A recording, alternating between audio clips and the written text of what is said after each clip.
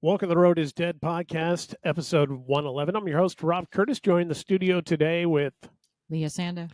And remotely we have Tim Strelecki. Sorry about this. This is attempt number 2 at recording this because, Riverside FM is just glorious. If you guys ever want to look for an application to use and record your podcast, don't choose it. That's all I'd have to say.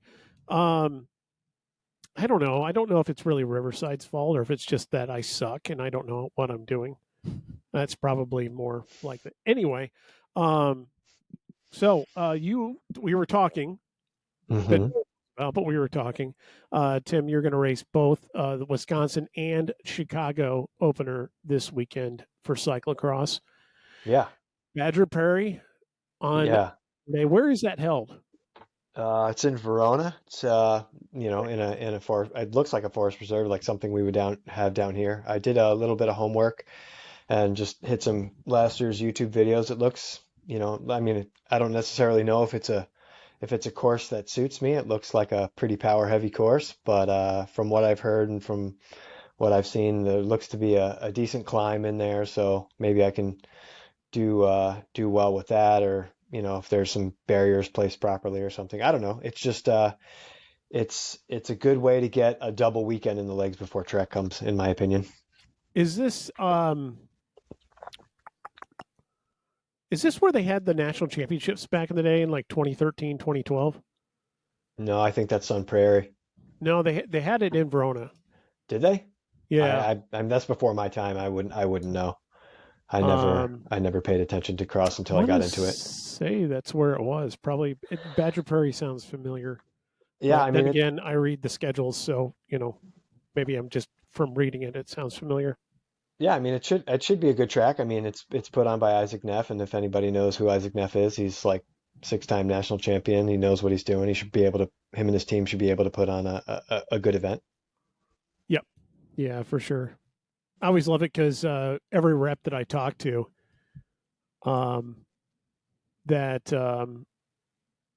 talks about us. Talks about us buying like tires, cyclocross tires, or gluing or something like that. Almost every rep that's even remotely involved in it is always like, "Oh yeah, you're like one of the only people still doing it." And then I'll go, I always say, "Well, there's Lou over at Pony Shop still doing it." Yeah. And they're like, yeah, and then they always go, well, and Isaac Neff, it's like, yeah, no, for sure. We're getting all sorts of connection notices here, but I'm just going to ignore it. We're just going to keep recording. Yeah, you cut out on me here and there. Sometimes I can't hear what you're saying fully. I think it's just the stream part of it. I think on the back end, it's just going to fix it all. But they got these really cool like AI editing tools now that I may just do.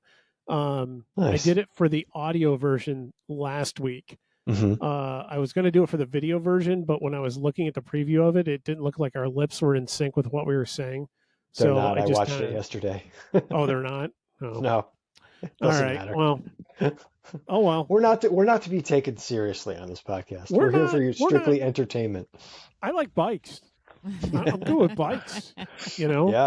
Yeah. I'm finally at that age. I don't know if you guys ever feel that way, but I'm finally at that age where when I was a kid, I was always the guy that the parents and adults and everybody else would be like, hey, get Rob to work on it. Rob knows everything about computers and Rob knows everything about this or that. And I had to fix everything. And you're always walking in going, God, what are you guys, idiots? This is pretty much the easiest stuff known to man and you can't figure it out. Somewhere I crossed the threshold of being that guy to being the guy I am now, which is the old person going, I don't know, we need somebody young to come in here and like figure this crap out. I can't figure any of it out. I have no idea what the hell's going on. Yeah. So I know enough to be dangerous and I know enough to like get myself into trouble. But so sounds exciting. I will say I did get a text message last night or this morning, and it was along the lines of, and this is, so that would have been what, Wednesday night I got a text message that from somebody that said, hey, it's kind of cool if you go to Race Predictor and you look, Cymet is the team that's predicted to win the top men's and the top women's race of the day. And I looked really quick and I was like, huh. And our newest member on the women's team, Megan, yeah, she's predicted to win the women's race. And then I was like, who's doing the one? Is Dustin listed to win the 1, 2, 3? I mean, it's like, geez. And I go and I pull it and I see your name on there. I was like, oh, yeah, okay, yeah. Yeah, That's pretty much. you gotta take the race predictor with a grain of salt. It's just Oh, points well, based. for sure. It predicts me not finishing last. So, I got that going for me. Yeah, Actually, I'm staged up enough in because race predictors are staging. And yeah, yeah. I'm staged far enough up that I may have at least a full line behind me. I may be up, I think, one full line behind me, What something is like there? that. I looked this morning and there was maybe like 27 guys. So what would that be? Oh, Almost no, it was like 30 some odd. Yeah. so I four think rows. you guys talk amongst yourselves. I'll go check real quick because this is important Is it? It's just Masters racing. Masters to racing's me. not To me. important. Oh my Oh, gosh. I listened to a podcast yesterday where they just railed and railed and railed on Masters racing. And it was like, I get it. I understand. But you can't, at the one It hand, wasn't you?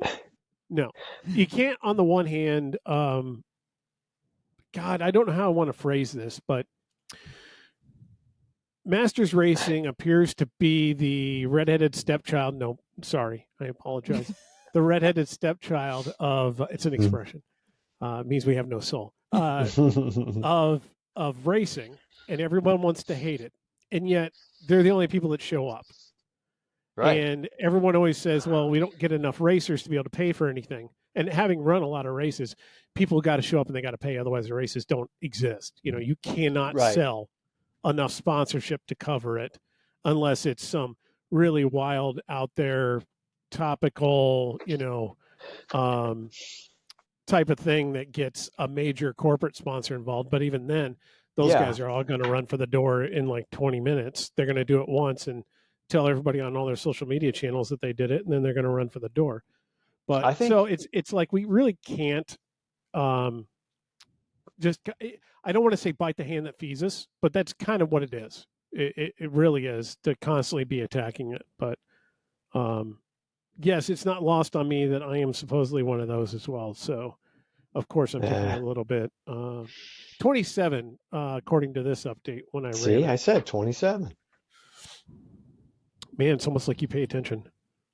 I look at it just out of curiosity, just to see who's Yep, in it. it's still at 27, and I Yeah, am listed 21st. So, there you go. rows of 8, yes, I don't know. Yes. yeah. So I'm Yeah. third row. I just slot in where they call my name. Is it seven or eight? Wow, Yeah, it's usually eight. I'm in the third row. All I There gotta you do is go. take 2 hard pedal strokes. I could run into the back of you if I you won't be in totally there. don't hear the start whistle. I will But not be in your field. Oh, that's right. I don't know why I'm thinking I'm you're like, in this wait, race. what? I'd be running into the back of Nope. Jason. Sorry, Jason. But I was looking at this, and what I thought was interesting is somebody that knows more about cross results and kind of how all these points go. I'm sure will get to me in a comment afterwards. By the way, send an email if you want us to read it. I get tons of texts or messages on like Instagram or whatever Mhm. else, and then it doesn't dawn on me this is an interaction that I actually could take to the show. Just send me an email if you got an idea, because then I'll do the thing where we read it on air. But uh, there's points, and it starts at like 999, and the higher the worse, the lower the better. And it Yeah. seems like everyone falls into like a 600, 500, 400, 300, 200 range. And I don't think I've ever seen anybody below 200.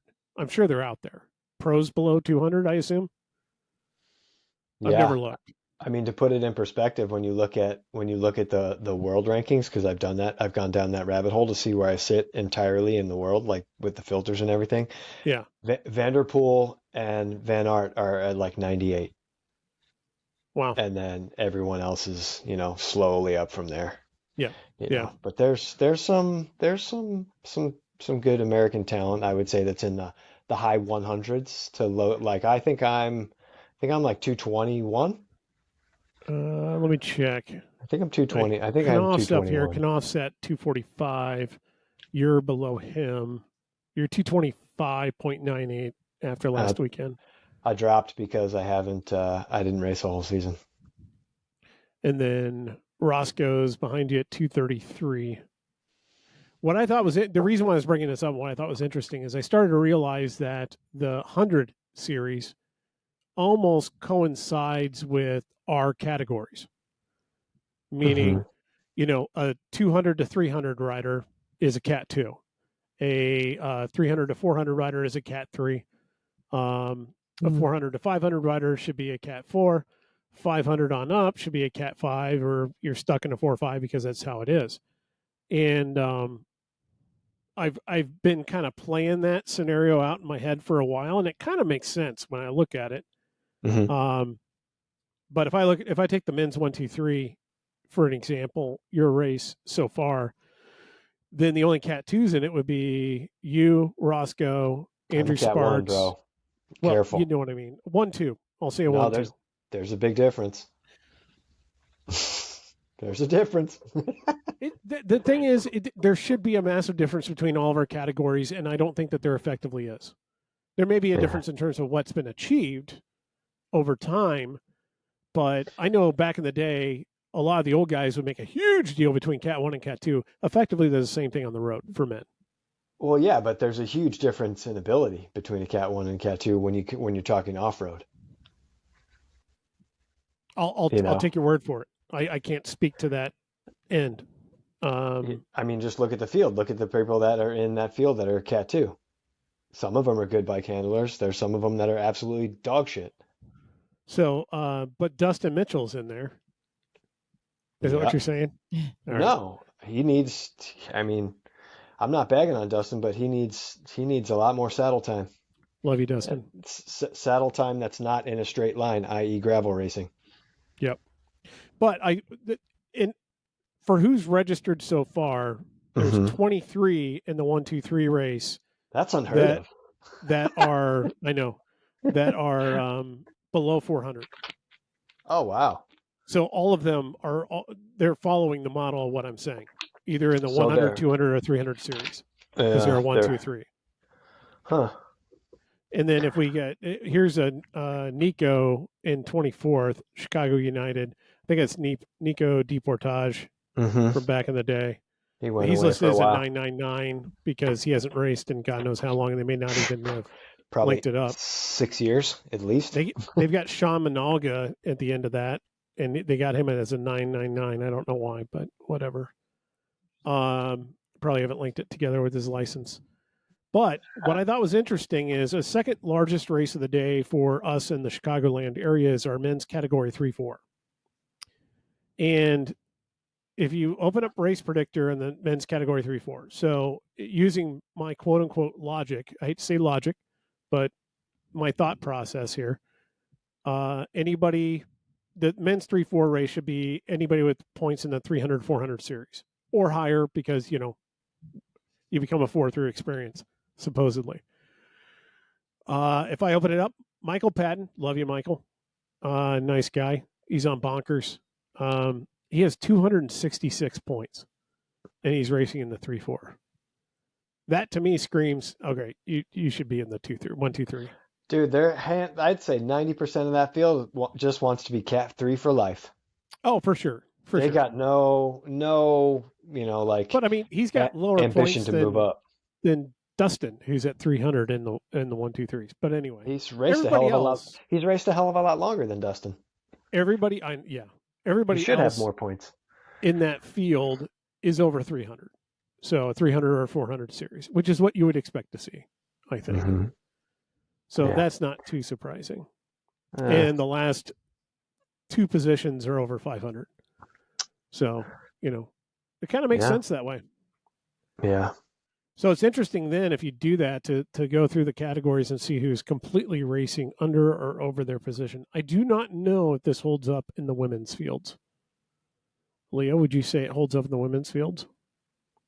I have no idea. I don't pay any attention to she's points. Not, I was going to say she's not paying attention to that. I just get on my bike and race.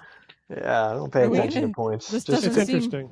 Just roll to the line when your name is called. I think some of the points are based on the quality of the fields you're going against. In other words, the number of points that everybody else has. So that's going to just due to lack of attendance going to negatively impact the points quality on the women's side. As I understand it, in order to gain more points, you have to beat the rider Less in your points. field that's with less points. That's how you get points.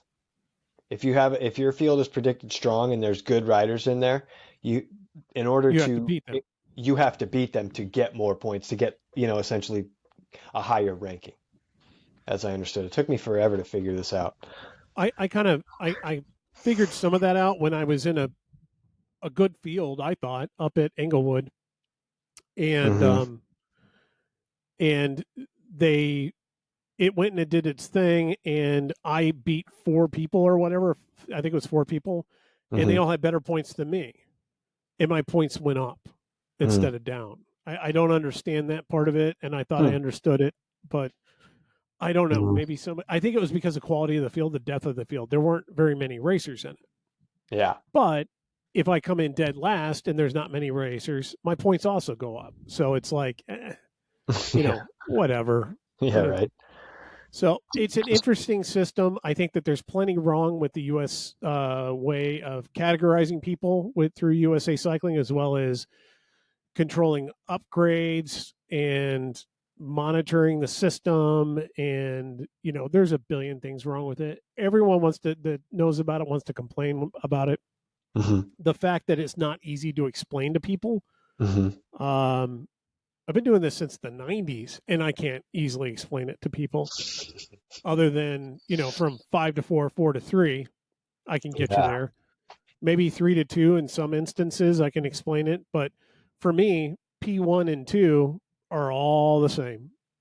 I understand there's nuances and there's differences. And it used to be like, to get from 2 to 1, you had to get like a regional rep to sign off on your upgrade, and you had to participate in so many national level events and things like that. Well, that's the roadie brain. Yeah. In you. Yeah. And the off road, I have no idea, none whatsoever. To me, it's all just points anyway. But it's not easy. It doesn't seem like, to be able to explain it to anybody. And supposedly USA Cycling's been working on, the way that I've understood it and it's been explained to me, is that they're taking time to revise the entire results and ranking system, and to make sure that they have a robust one that isn't going to crash in, 6 months or lose 3 years worth of races like it did a few years ago. And then once that's in place, now they're discussing I don't know if they're going to revise the category scheduling, but they're going to revise the upgrade process. And I was told that they're already going to institute, before the end of this year, the elimination. So eliminate the self-selected upgrade from 5 to 4, which is a very good thing, in my opinion. I never really was in agreement with the idea of self-selecting from 5 to 4, although we did receive the benefit of that. There were plenty of racers that really shouldn't have been 5s that we were like, okay, you've done a couple races, just go ahead and, log on, you'll be a 4. It'll take 5 seconds and we can move on with our day. That was nice in the right situations, but 90% of the riders that come in as 5s anymore are not with a team or not with a club. They don't have any kind of guidance whatsoever, and they're kind of going on their own, and they're just self-selecting when they feel it's appropriate, And still, though, upgrades are not being done locally like they used to be. So it's still somebody in Colorado going, yeah, okay, yeah, that makes sense. Clicking a button, as far as I know. Somebody please correct me. But apparently they're looking at that system, going to revise it. They're looking at all sorts of stuff and going to revise it. But I would love to take the time, not today, but for a future podcast, I would love for us to kind of come up with our own 3, 4, whoever's on. I'd love to hear Mike's interpretation of it. System for what it should look like in our minds. I know I've talked about, you go from 5 to what would, in our common language, we would say a 4+ and a 4-, or a 4A and a 4B, where, the lifelong Cat 4s who never have any ounce of natural talent, are never going to really improve, but want to race against their people, have an opportunity to do just that, instead of having to race against the next, Cat 1 who's just blasting through the ranks. Because, like I always like to say, because there's so many men that race. You enter a Cat 5 race, you're racing against the next pro. They're just in your field, just through the habit of having to go through that process. So you never get to race against your people or people that are on the same competitive level of you if you are bad at this sport, which a lot of people are, including myself. So I don't know where I was going with that, but maybe we should do that at some point and come up with it, or not, whatever. Hey, quick update. I've been sniffing glue all week. I've been gluing a lot of tubulars. So, I've had a mask on, but I think some of it's getting through. That's your excuse? Sure. No, it's a point system. I mean, to reach the next level, you should just, once you hit this amount of points, you're automatically upgraded, whether you like it or not. You've raced enough, you've hit this number, you're in the next category. But somebody has to monitor that. The only problem is, and we always run into the situation where you have people that do 1 or 2 races a year that are very poorly attended, and yet they are supreme physical specimens. Do you know what I mean? Mm-hmm. Or you get the people that are not supreme physical specimens, but they race 1 or 2 races a year, and it's only got 5 people at it, and they just accumulate points that way. You get points off of pack finishes, and there's been rules of the pack has to be at least 20 people, that kind of thing.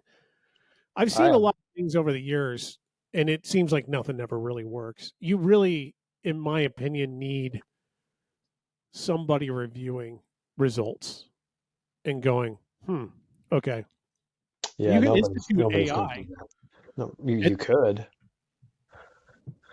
At this point in time, I think that you could institute AI and have it come up with things that make people go, oh, I need to go and look at this guy's results and then make a judgment. And I think you could probably make a judgment based on that. Yeah, or at least there's something where, you get an email or something that says, hey, you're 5 points away from being automatically upgraded or something. I don't know. I don't really. You've received 12 complaints about how fast you are. About sandbagging. Maybe when I was told to upgrade, I was yelled at to upgrade by Mr. Fury. Yeah. I don't understand. It seems like it should be fairly simple to have something in the system that raises a flag when somebody hits the magical mandatory upgrade points. Right. Why does it take a whole bunch of people complaining in order to make this happen? I'm like, why is this so complicated? There's a gray area because, like you said, nobody wants to there's lifers that just want to sit in this little bubble, and that's what they like. They have no ambition to grow themselves as an athlete. There's always, I don't know how true this is, but I've always been told you can't force upgrade a junior.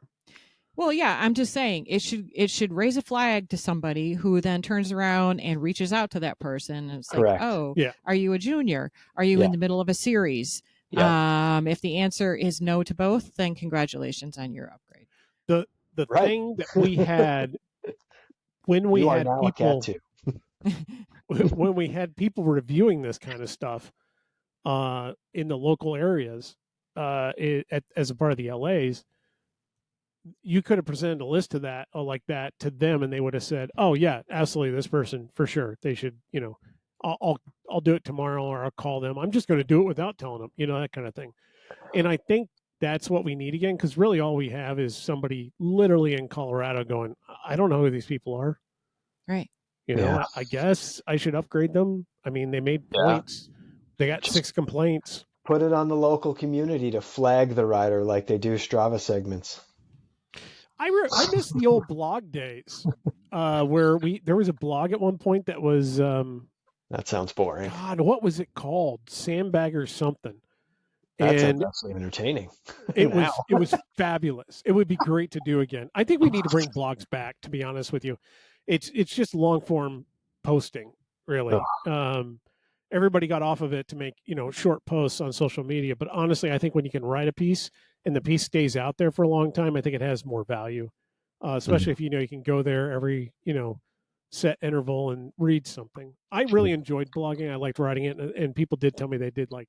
And now I'm doing this dumbass podcast, thing, and apparently that's semi-working. And I say semi-working because we have hundreds of people that listen every episode. I think I got heckled. I think I got heckled when I was doing the run up last week in the middle of the muddy race. Someone was like, "You wanted 55 minutes of this," and I was like, the immediate thought that went through my head was like, "Does that guy listen to the podcast?" Yep. And I was like, "I got to focus on what I'm doing here." I told you awesome. I've gotten it in rides that I've done. I think Barry Roubaix. I was on Barry Roubaix at one point. And somebody came by and they said something about the podcast. It was funny as they went by. So it is nice, and there are literally hundreds that do listen to it. So it's easy way to break I don't know concentration. I don't know how accurate that data is, and I did notice all of a sudden within the last 10 episodes. Some of the numbers have been heavily split between USA and China. So either people are using something that, that mimics, hides their origin. So they're going through some Chinese server or something. Or we have a lot of Chinese drones that are just tuning into us so that they can learn more about the American culture and market. Oh, no, I got to stop that. Jeez. No.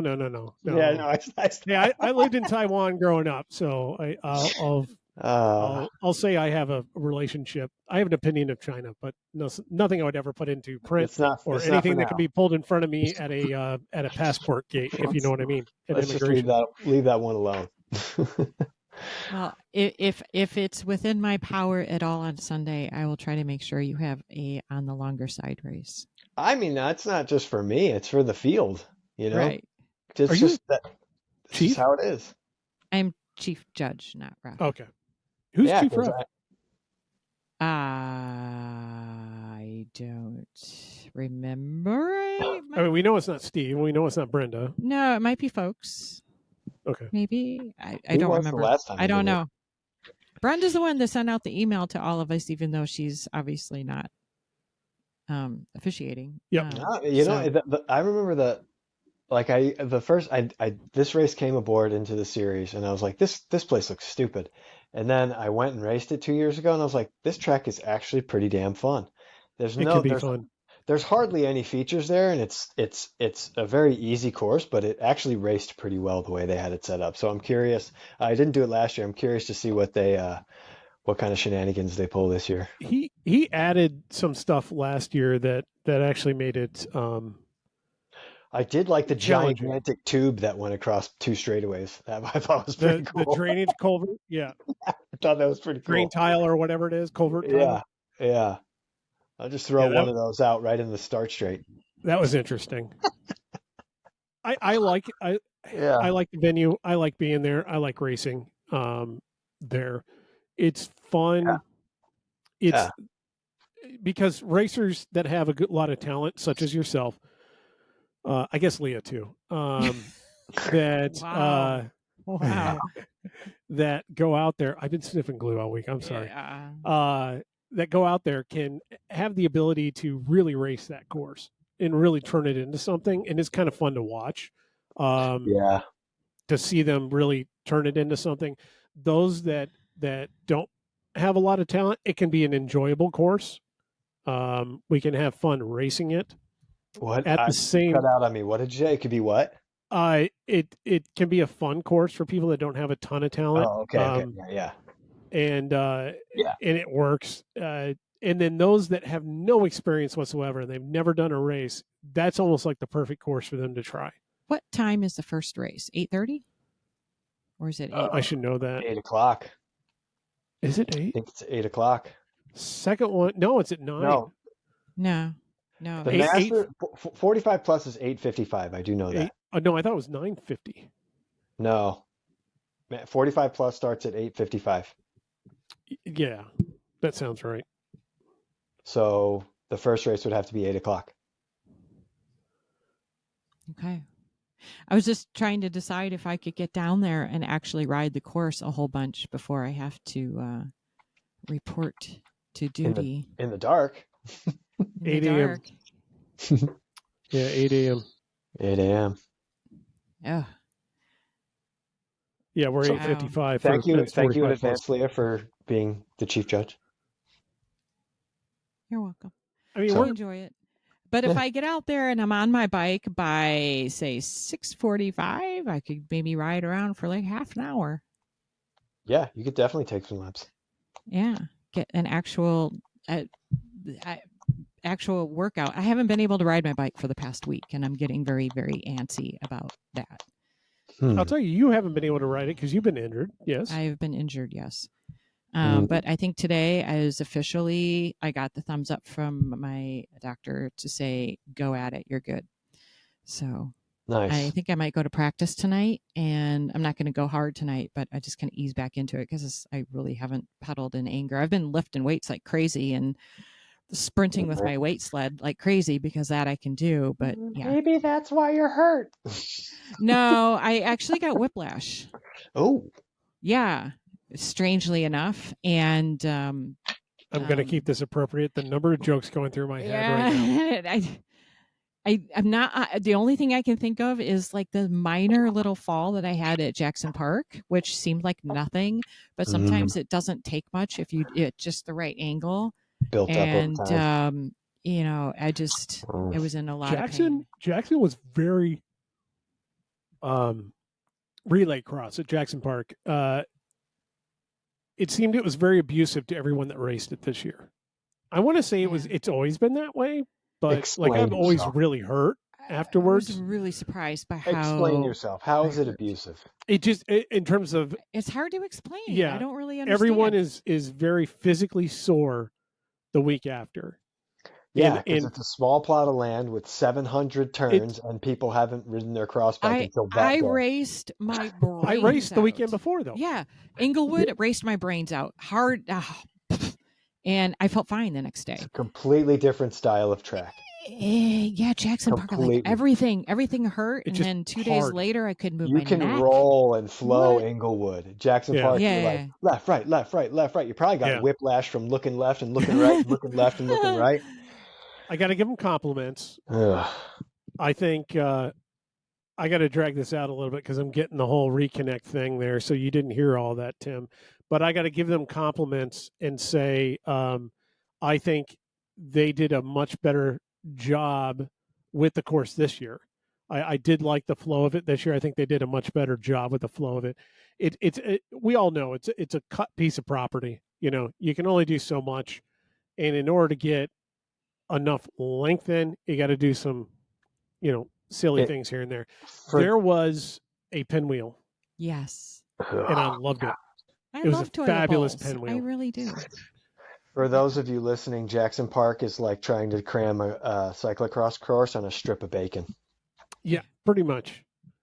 It's unique because it is it's a park right near the museum campus on the south side of Chicago, right off of Lakeshore Drive. Like we race next to Lakeshore Drive down at that end. There's a beach across the street, so it's a very unique venue. We used to be able to use more of the park back in the day. That changed for various reasons. There's a golf course that we were on that's on the north side of that we now have to use the south side. And the little postage stamp of land that we're on is what is becoming the Obama Library over time. So it's been in this constant state of construction for the last 4 or 5 years. And it's changed a lot every time I've gone down there, but I'm going down every year, We will be back at it. I think Jackson Park is going to be the location of the first Triple X race, or the Triple X race of the CCC series, which is going to be race number 2. Race. 2 weeks from now. Yeah. So we've got this week we're out at Glenwood, and then after that, the next week we have Trek Cup. Looking forward to it. I think we've talked about it, but do you guys think it's going to be a big difference this year with it not being a World Cup in terms of attendance of course normal riders? That's a no-brainer. I mean, you're still going to bring people. You're still going to bring people from from other states because it's part of the USCX, and those that are chasing the USCX championship, whether you're a UCI racer or a USAC racer, they're going to show up. And you've got 3 weekends in a row of Midwest UCI races because you've got Trek, then Major Taylor, and then Cincy. Cincy. Yeah. Major Taylor then is the same weekend as Triple X? Nope. Triple X is the Cincy weekend. I think I think there's 2 weekends of no CCC races. So there's the Trek weekend and the weekend after that, which might be the single speed stuff. Is that the single speed stuff? Yeah, I think it's the single speed world championships. And that's being held on the Trek course? Inglewood, No, it's in Madison. It's in Madison somewhere. Madison. Yeah. Extremely expensive from what I hear. Dude, I looked at it yesterday. It's $150 to enter. Yeah. Like, you're kidding me. That's a spirit of gravel there. Dude. Or cyclocross or not something. only that, like I had aspirations the price of doing being cool. I had aspirations of doing it. I was like, I think I could do pretty good in this. And then I looked like a YouTube video to see what it was all about. And it's just basically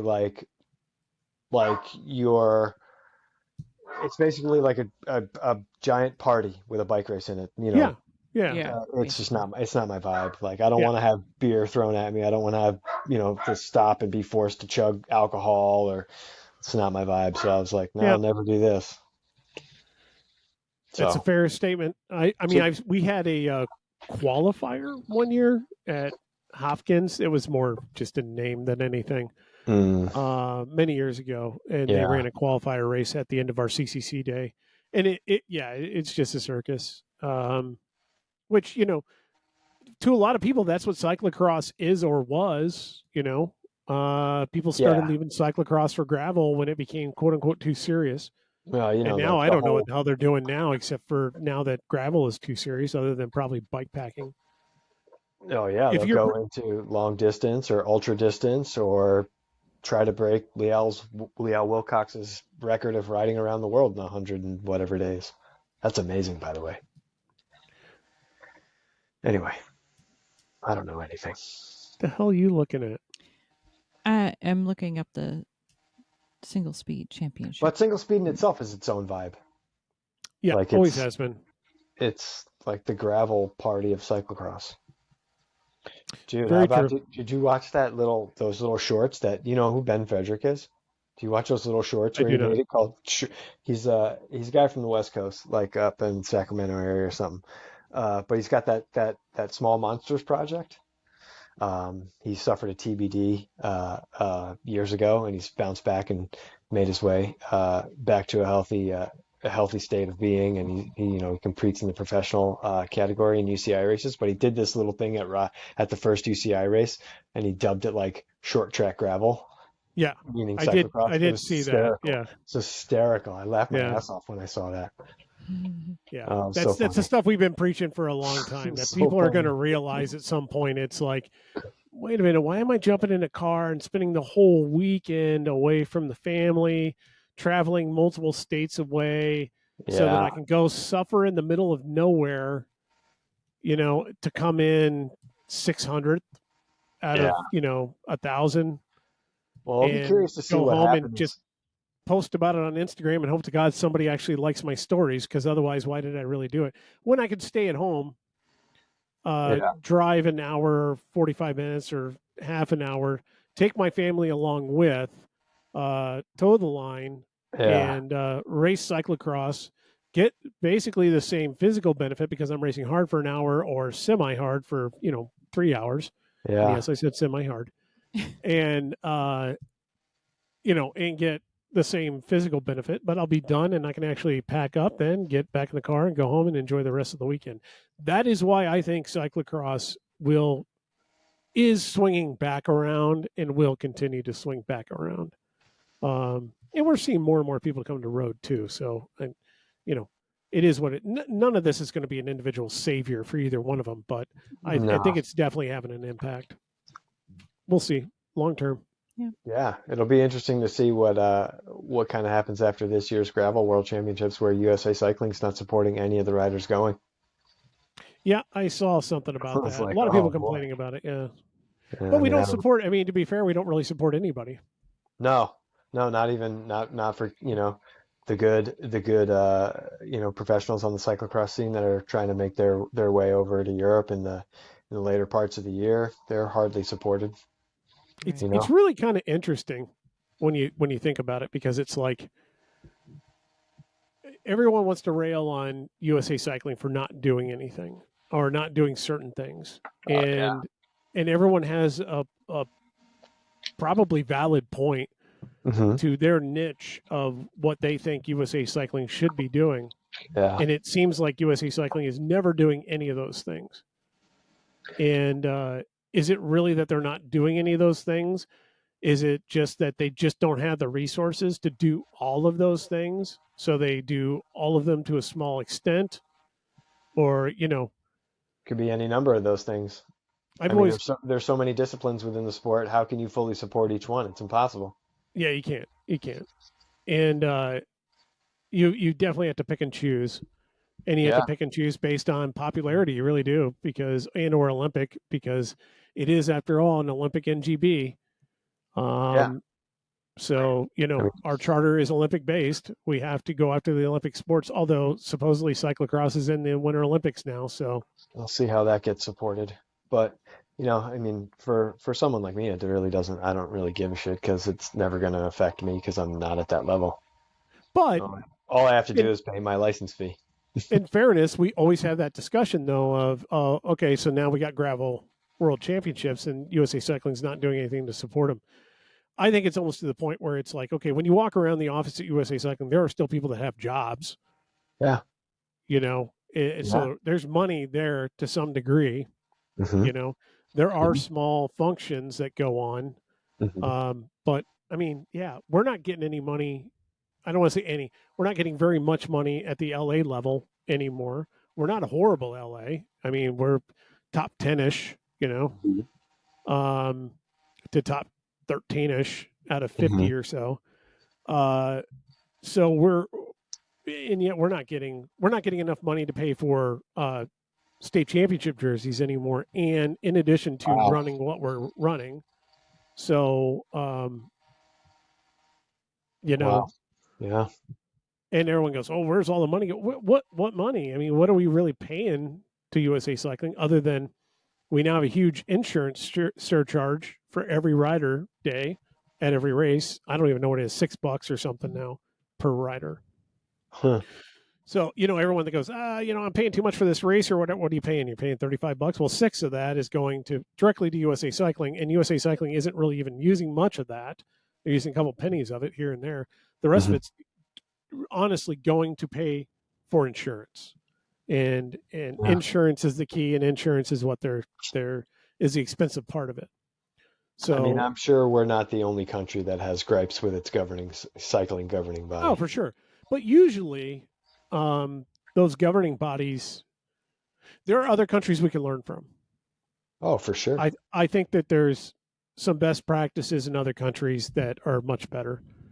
And in particular, I would have to say that uh, Great Britain, their programs in cycling have been way better. They got really serious about it in the lead up to the London Olympics, and they just carried on with it, and they've done a really good job, in hmm my opinion. But Yeah. everyone will go, well, they got money, Well, Yeah. you got to start somewhere. Yeah. I don't know. I'll just keep paying my whatever it is renewal fee of what X hundred something dollars. I don't know what it is.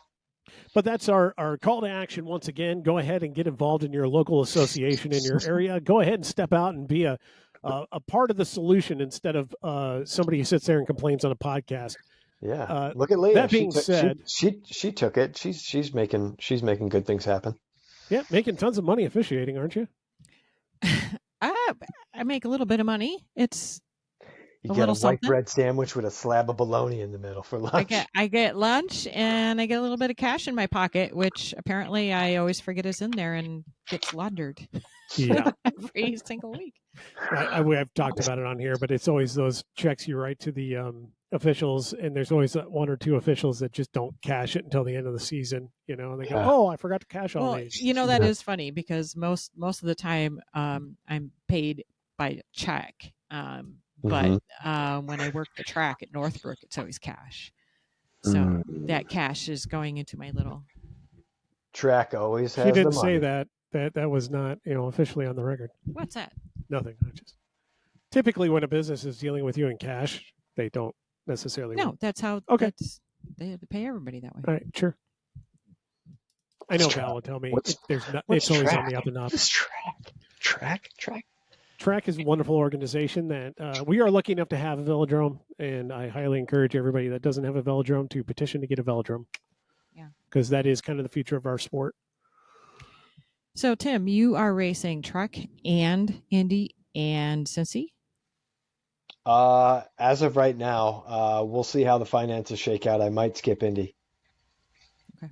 Because I That's too looked and bad. there's like 5 people registered, like in total, of all classes. I mean, it'll bump up obviously for sure, but You might want to see how that pans out because I think I would have to check and don't hold me on this, but I believe my dad's house is still within the family. It hasn't been sold yet, and it does have a heating and air conditioning system. And I know we can gain access to it. So if you need a place to stay, we might be able to swing that. Yeah. And be down there. We'll I should see, theoretically go through that house again anyway. So, I mean, that's the plan. I just want to race different tracks. You see them on social media, you see them on people's YouTube videos, and it's just like that looks like a cool track. I want to go race that, and that's why. Kings and Cincy always to me look like an awesome track. Yeah, I'm really looking forward to that one. You're not going to Cincy, are you? I don't believe so. It's a CCC weekend. CCC weekend. But you're racing at track? I am racing both days of track, yeah. Nice.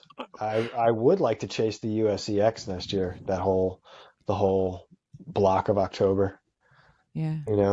Just to try to just to do it, just to get out to different tracks. Like Rochester always looks like a cool venue. Charm City this weekend in Baltimore looks cool. It's just piecing together the logistics of it. All the tracks that are involved in it look really, really cool.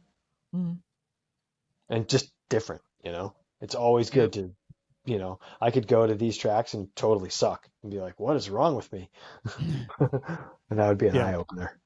Yeah, that's not going to happen with you. I don't know why I said yeah. No, you never know. You never know. The track could change. The conditions could be unfavorable to me. I mean, who knows? I like to go to other races just to check out the course and how it's put together and try to see if I'm going to learn things. Yeah. And I do take things away that I like, obviously. Yeah, that's a great way to do it because obviously we have a 2-day event coming up, so you can piece some things in there or get some ideas. And really when you race different tracks that you're not accustomed to, it really exposes your weaknesses. Yep. Because things get thrown at you that you just don't have an opportunity to do in your local series unless you travel outside of it. That's why I'm looking forward to going to Cincy, and I may see if I can sneak down for Saturday at Indy, but we'll see. Yeah, I remember the first few times I went up to track, I crashed my brains out because, the first year I went, I was like, "What the hell? This is insane!" And then every year, that went since then. Like I think I went in 2017 was the first year. I had one really bad crash in like 2018 where I face planted into the run up and got a concussion. And then every year after that, it's like to the point now where Trek for me is pretty easy. In CX Air's podcast a week or two ago, they mentioned they did an informal survey of all their athletes, all the U.S. pro athletes. Oh, I saw that. Yeah, I read that. They mentioned that the one feature that all of them said was like the best in the U.S. is Factory Hill at Trek. Yeah, which I thought was interesting. That was surprising. Well, it's very technical. I mean, you're on a skinny little, 50 millimeter wide goat path, and you're basically at a dead stop, and then you got to punch your way up this 10% climb. Yeah, there's years where I have not been able to climb out of it. Yeah. But then there's other years where I've been able to ride the whole thing. So it's strange. But I totally get it. Granted, I've never, knock on wood, I've never raced Trek as a mudder. I'm sure it's very difficult. Last year was horrible. It was absolutely horrible. I'm sure it's very difficult. To the point where I didn't even bother racing the second day. I just did the one race and I was done. The cool thing is the Wisconsin State Championship is at the Trek facility, but it's run a little different. And I did that last year on snow and ice. That was wild. Yeah, you went one year with Dustin. I was up there. Oh, that was the year we went. I think it was 2 years ago. Yeah. 2 years ago. Yeah. That's when I first joined Simon. Yeah, that was an adventure. What's interesting is I was just thinking through this to get my history straight, but I believe the first UCI level race that I went to for cyclocross was USGP in Sun Prairie.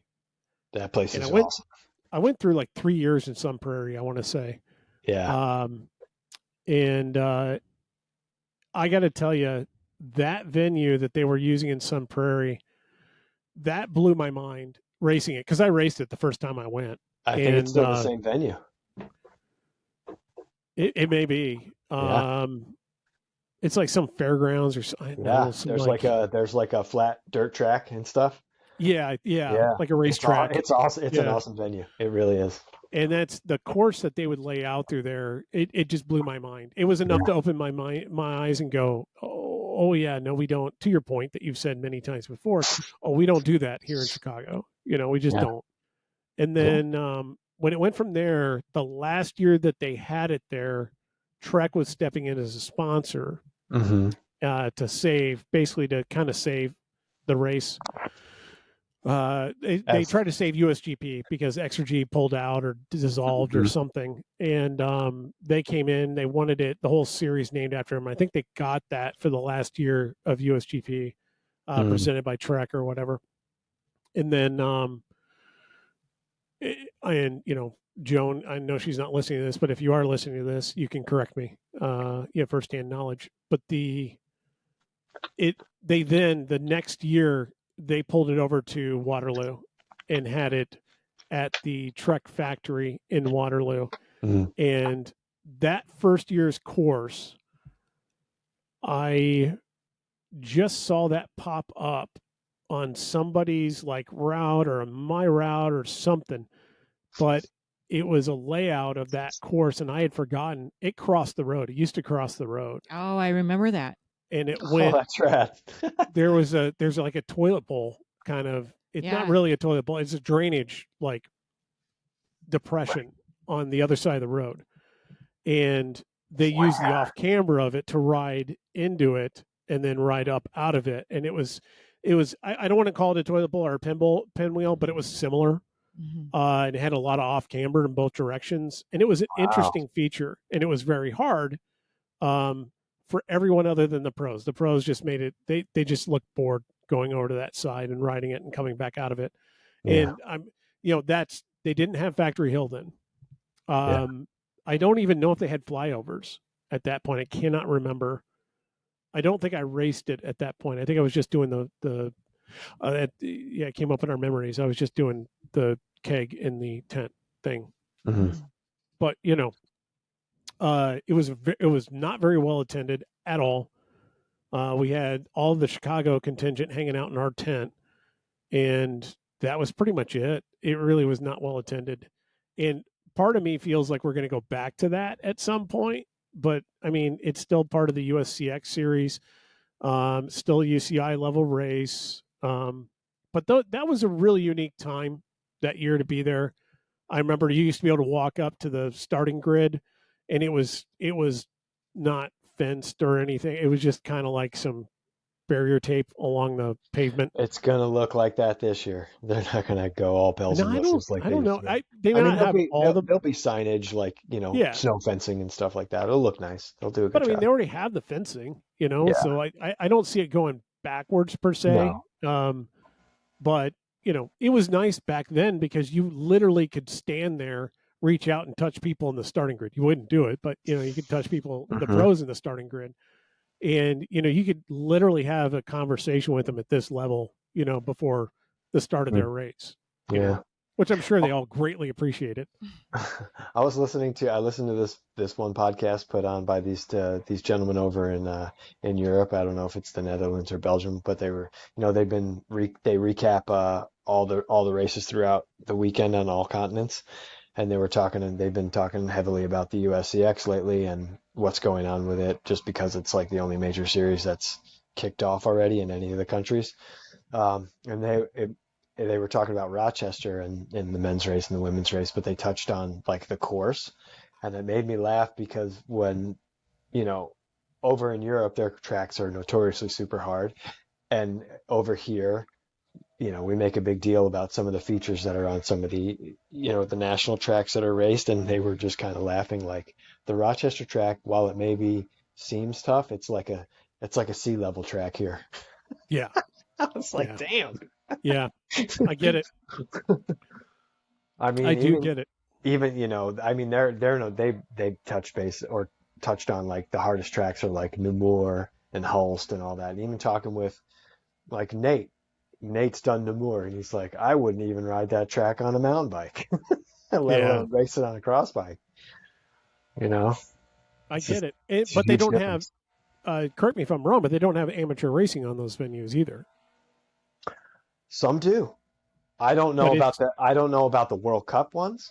I think they just yeah. have UCI categories. I don't think they have like masters levels races on those tracks. Those guys would die. I always wondered what the World Cups are like in Europe and compared to here. Like we always have like our days of amateur racing, and I don't know if they do that at every race all around the world, or does nobody else really?